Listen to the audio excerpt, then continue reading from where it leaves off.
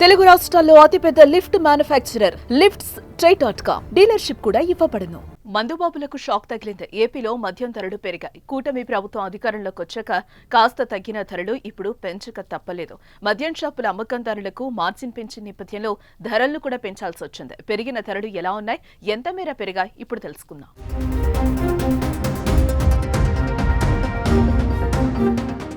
రాష్ట్రంలో 99 రూపాయలు క్వార్టర్ మినహా మిగిలిన అన్ని రకాల మద్యం బ్రాండ్ల ధరలు పెరిగాయి. క్వార్టర్, హాఫ్, ఫుల్లుపై ఉన్న ఎంఆర్పీకి అదనంగా 10 రూపాయల చొప్పున ధర పెరిగింది. అయితే ఈ వేసవిలో ఎక్కువగా సేల్ అయ్యే బీల ధరను మాత్రం ప్రభుత్వం పెంచలేదు.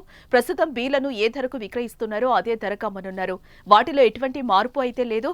క్వార్టర్, హాఫ్, ఫుల్లుపై పెంచిన ధరలు మాత్రం తక్షణమే అమల్లోకి వచ్చాయి. ఇప్పటికే గోడౌన్లలో ఉన్న, రవాణాలో ఉన్న మద్యానికి కూడా ఈ పెంపు వర్తిస్తుందని ఎక్సైజ్ శాఖ ఉత్తర్వులను జారీ చేసింది.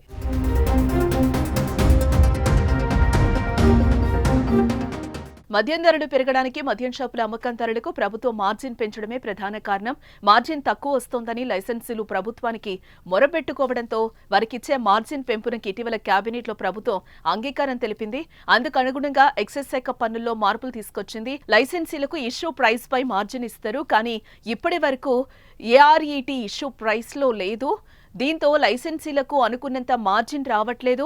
దీనికి ప్రత్యామ్నాయంగా ఏఆర్ఈటీని 2 రకాలుగా వర్గీకరిస్తూ తాజా సవరణలు చేశారు. ఏఆర్ఈటీ 1, ఏఆర్ఈటీ 2 అని 2 కాంపోనెంట్లు తీసుకొచ్చింది. ఏఆర్ఈటీ 1ను ఇష్యూ ప్రైస్ కిందకు తీసుకొచ్చారు. దీంతో ఏఆర్ఈటీ 1 పన్నులోనూ లైసెన్సీలకు మార్జిన్ లభిస్తుంది. కాగా క్వార్టర్ 99 రూపాయల లిక్కర్ ధరను పెంచలేదు.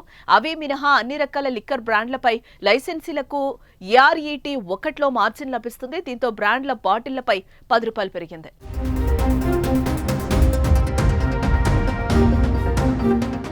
ఇటు మరోవైపు రాష్ట్రంలో మద్యం ధరలపై తప్పుడు ప్రచారం చేస్తున్నారని ఎక్సైజ్ శాఖ కమిషనర్ నిశాంత్ కుమార్ తెలిపారు.